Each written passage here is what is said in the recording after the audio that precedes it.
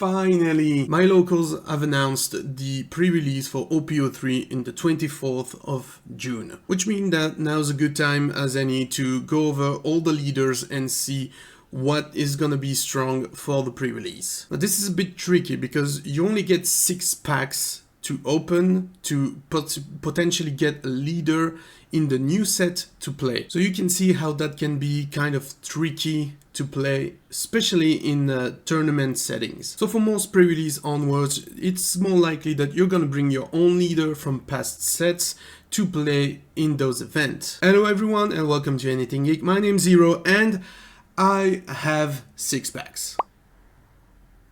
No, not those. I mean, I have 6 packs with me of OP02 and I wanted to open them and see what we get as leaders, because this is actually quite close to the settings that you would have for any pre-release. You have 6 packs to open, you play whatever's in there and you just roll with it. But we're also gonna present some of the old leaders that we have that you might want to play in the OP03 pre-release, because it's most likely you're not gonna pull the leader that you want from the packs that you're gonna have at the event. So bring your leader with you. So obviously the first leader that we're gonna take a look at are gonna be the starter deck's leader, and right off the bat we know some are strong and some not so much, because the meta is well established now, even in the Asian region of the game, and we know some leaders are better than others. And among the starter decks one, Shanks is obviously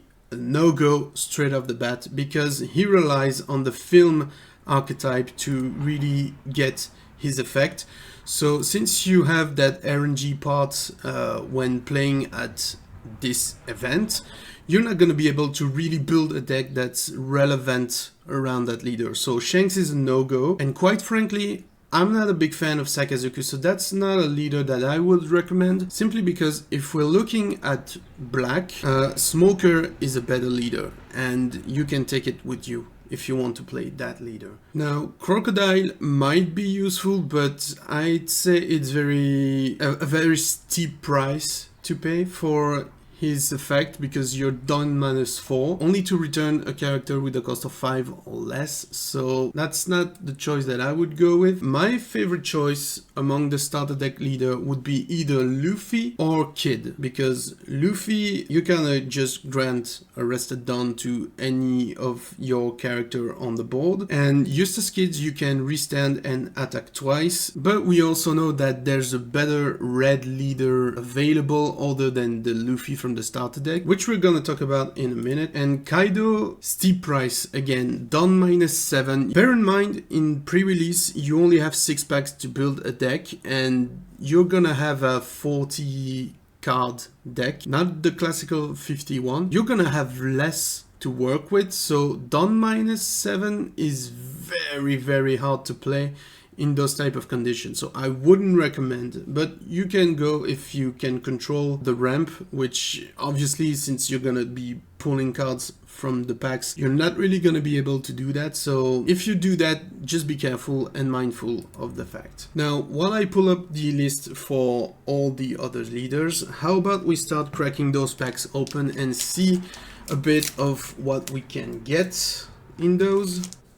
Regular Dawn, so we have Blue Gory, Zoro, Moby Dick, Sphinx, Wanda, Gyakumoria, Soul, Rakyo, Kozuki Toki, the Sanji leader, that's interesting. We have Shiki and Kobe. Those packs, I'm gonna be honest, I'm not missing that much card from OP02. As a matter of fact, the only card that I'm missing is the secret rare Kuzan. So I'm not hoping much. Maybe I can pull like a cool alternate art or something, I don't know. But the first pack we have Sanji. So you can see like we had one leader, but any effect that requires a specific color you can't play. So Sanji, if you were in pre-release for OP02, you could play, because you just play a character with no base effect from your hand, so that you have to apply. So if you were to play, say, Sanji at a pre-release, you would just need to keep in mind that his effect can only allow you to play a character with no base effect. So when you build your deck, just be mindful of that. Usually you want to go for the counter cards, counter 2000, those are good. Blockers, obviously those are good. And maybe like strong vanilla body to put on the board. Second packs we have Moby Dick, Sphinx, Wanda, Impel Down, Frankie, Soul, Django, Iska, Whitebeard Parrot. Another leader, interesting, Ivankov. We have Judgment of Hell and Smoker. So that's pretty lucky for me to pull like 2 leaders in a row in kind of pre-release settings. Ivankov you could potentially play in a pre-release event, because end of your turn, if you have 0 cards in your hand, draw 2 cards. So if you tap out of any possibilities in your hand, you just get 2 cards for free. So that speeds up the game, and you can then get the ball rolling better to finish the game and maybe have more option in your hand. Before we move on to the biggest list of leader on OP01 and OP02, let's talk about the only promo leader that we have so far, which is Uta, and her effect is once per turn for 1 cost up to one of your character. With that effect, gain plus 2000 power during this turn. So obviously this is strong, because you just pay 1 and any of your vanilla body that you can potentially draw during a pre-release becomes a threat to your opponent. If we look at some of the cards that I pulled in the packs here, we have for 4 costs, we have Sphinx, we have Frankie, which is 7000 for a cost of 5, so obviously very good, and they all have counters, so that's already a plus. Blue Gory, which is a simple 1 cost counter 1000 and 3000 of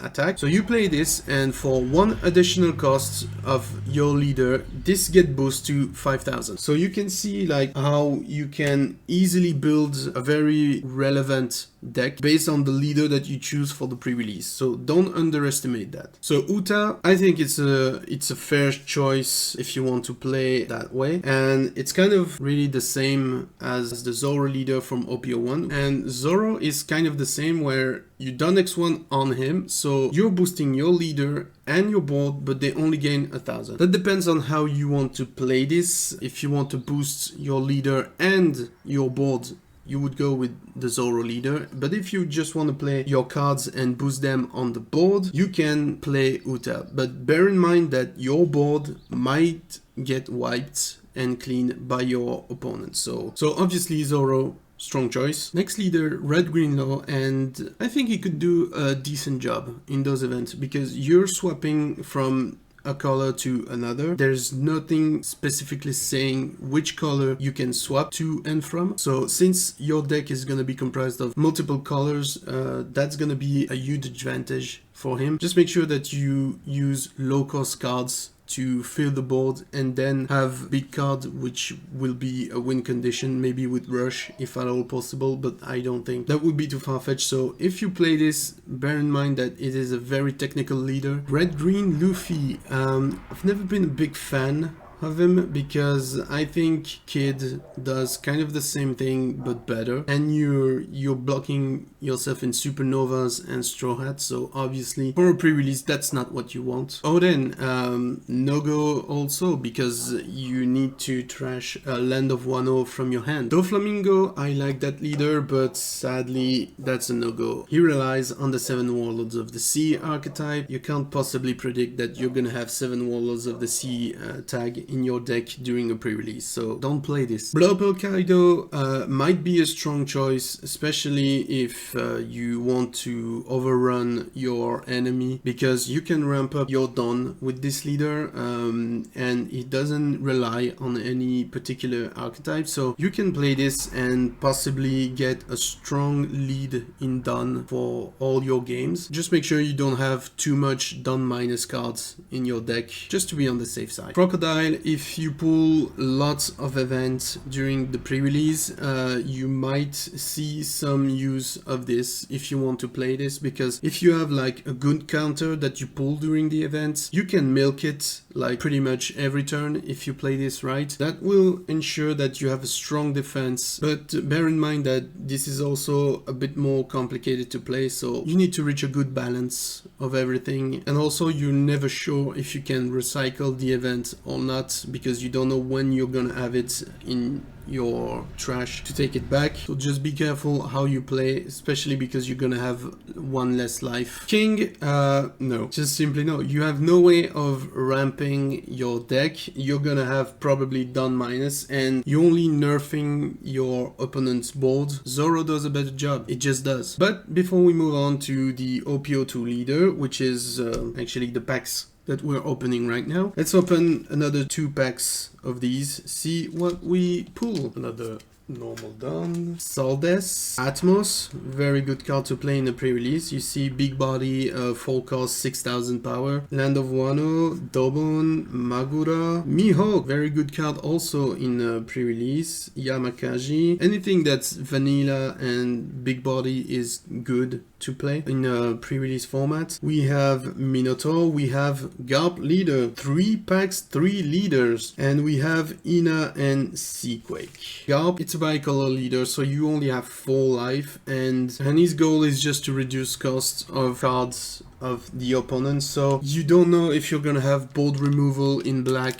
like you can have in constructed format, so I wouldn't play this. Your 4th pack, still no special done. Land of Wano, Dobon, Magura, Venom Road, Nekomamushi, blocker, Yamakaji, Strawberry, Onigumo, Whitebeard Pirate, Zephyr, Kobe, and Jozu. Since I'm pulling leaders after leaders in these openings, let's talk about Zephyr for a second. When attacking, Don -4, KO up to one of your opponent character with a cost of 3 or less. Then this leader gain plus 1000 during this turn. The only problem is a Don -4 card, so if you have a way to ramp up Don in the cards, you might be able to play this because the effect is pretty strong. That could be very deadly, but you need a way to ramp up Don, which in pre-release you're not specifically gonna be able to do that. Take this with a grain of salt. And let's start OP02 leader with Whitebeard, of course. End of your turn, add 1 card from the top of your life area to your hand. Now, if you know how to play Whitebeard, you may play this because you have 6 life, so you have 6 turn, and if you defend well, if you have a lot of counter, if you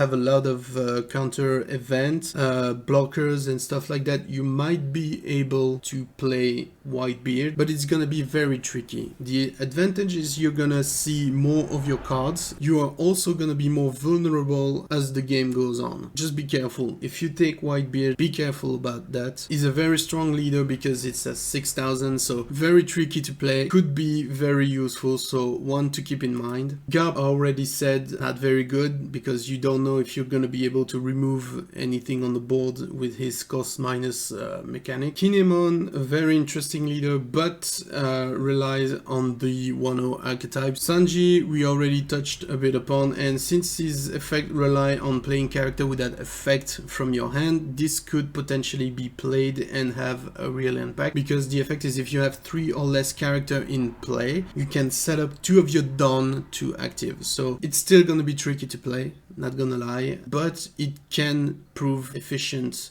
in a pre-release. Ivankov, we talked a bit about the leader already. If you have 0 card in hand, draw 2 cards. Simple effect, easy to play, can get quite the result with this, because if you're constantly tapping out your hand because you're putting body on the board and you're countering your opponents, you're probably gonna tap out the cards that you have in hand by the end of your turn, and if that happens, you still get to draw 2 cards, potentially draw counters to provide protection for your leader in the next turn. That's an option to keep in mind. Magellan, if you see that you pull a lot of Dawn minus cards, you can potentially play this, but bear in mind you also need to ramp the Dawn, so I wouldn't play Magellan. Z, we talked about it, you need a way to ramp up the Dawn, because then if you don't, the Dawn in -4 is really gonna take a toll on your game plan, but this could be again a tricky option to consider if you're playing a pre-release. And the last leader of OP02, Smoker, Dawn X1, activate main once per turn, give up to one of your opponent's character -1 to their cost during this turn. Then if there is a character with a cost of 0 in play, this leader gain plus 1000 power during this turn. In a pre-release event, I see this as a less efficient Zoro, because Zoro you can just give him a Dawn, he gets plus 1000, all your board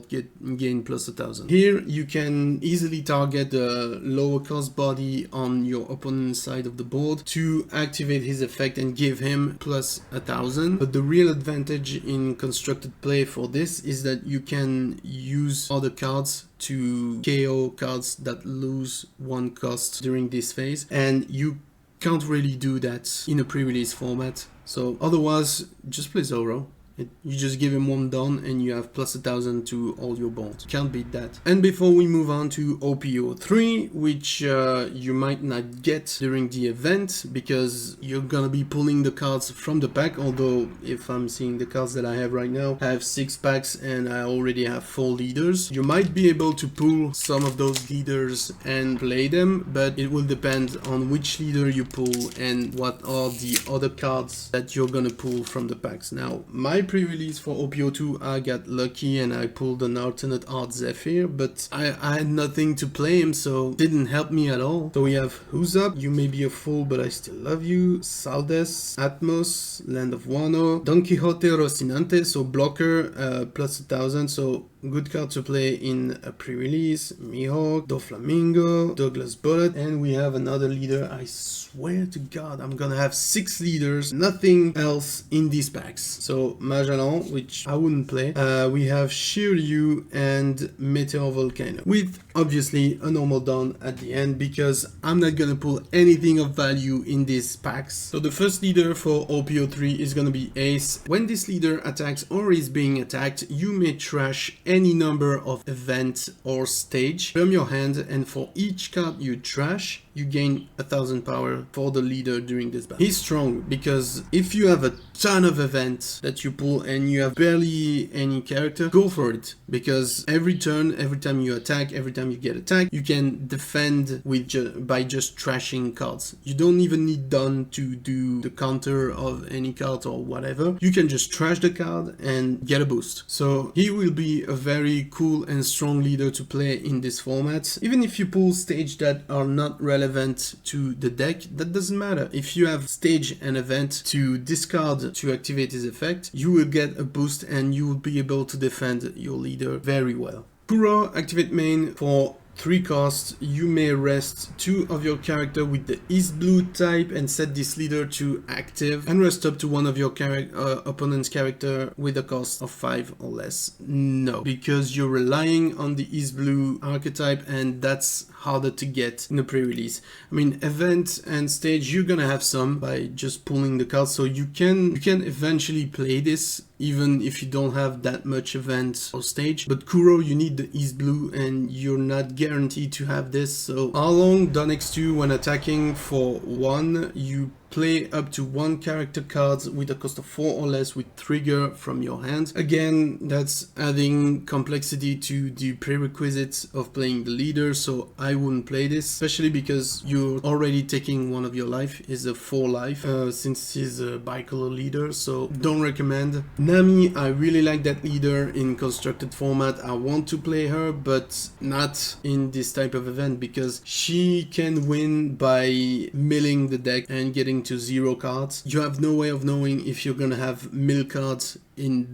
the cards that you're gonna pull, so I wouldn't play this. Iceberg, this leader cannot attack, activate main, done -1. You may rest this leader and play a character with the Galila Company type that costs 5 or less from your hand. I also want to play this leader in constructed format, but not in a pre-release. Again, you're relying on the Galila Company archetype and you don't know if you're gonna have that in the card, so don't play this. Rob Lucci, another black leader, which we have 2 leaders up, and I already said the other leaders are not really that good. During your turn, once per turn, you may discard 2 cards from your hand. When an opponent character is KO'd, this leader is getting put to active. That's a very steep price. 2 cards from your hands in a pre-release event, I wouldn't recommend. That being said, if you have an hidden trick that you know that milling your hand during the play might get you somewhere, then go for it, but I don't recommend this leader during a pre-release. Charlotte Linlin, Don X2, when attacking for 2 cost, you may trash 1 card from your hand. If you have 1 or fewer cards in your life area, put 1 card from the top of your deck on the top of your life area. You're boosting Linlin to 7,000. When attacking, you pay 2 additional, so you need hold on each turn to activate this event, which yes, gets you a new life, but that's a very steep price. You won't be able to use this effect effectively at the start of the game. You're gonna have to wait a bit to do it. I don't think it's worth it, especially because you start with 4 life. That's already like an hindrance to your game plan. And the very last leader that you might be able to play at the pre-release is gonna be Charlotte Katakuri. Don X1, when attacking, look at the first life card from the top of your opponent's life area and put it either at the top or bottom of the life. Then this leader gains plus 1,000 power for this battle. Basically, Katakuri gets plus 2,000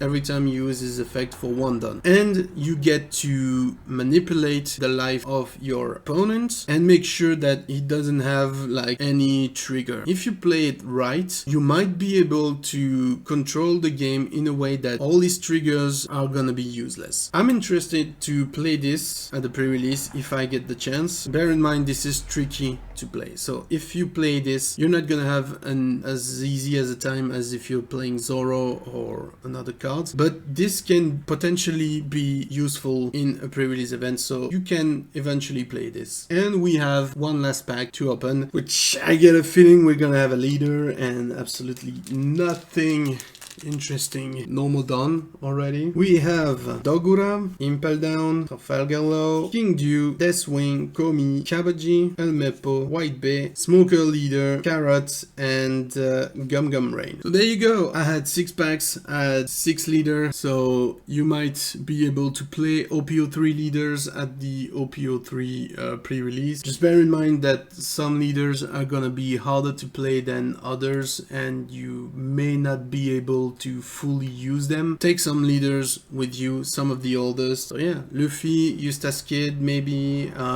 Zoro, of course, Whitebeard if you're feeling it, and some of the other leader that maybe you have a ton of experience with and you know don't require tons of prerequisites, and you're pretty much gonna be good to go. But anyway guys, thank you very much for watching, and if this video was at the very least entertaining to you, don't forget to leave me a comments down below and tell me what leader would you pick to play a pre-release. I'm curious to see if the leaders you would recommend are the same as mine, or if you have another choice that I'm missing out on. Don't forget to leave a like on this video. If you've made it this far in the video, why not? I mean, it's free. And most importantly, subscribe to my channel and ring the bell to never miss anything geek. Bye guys.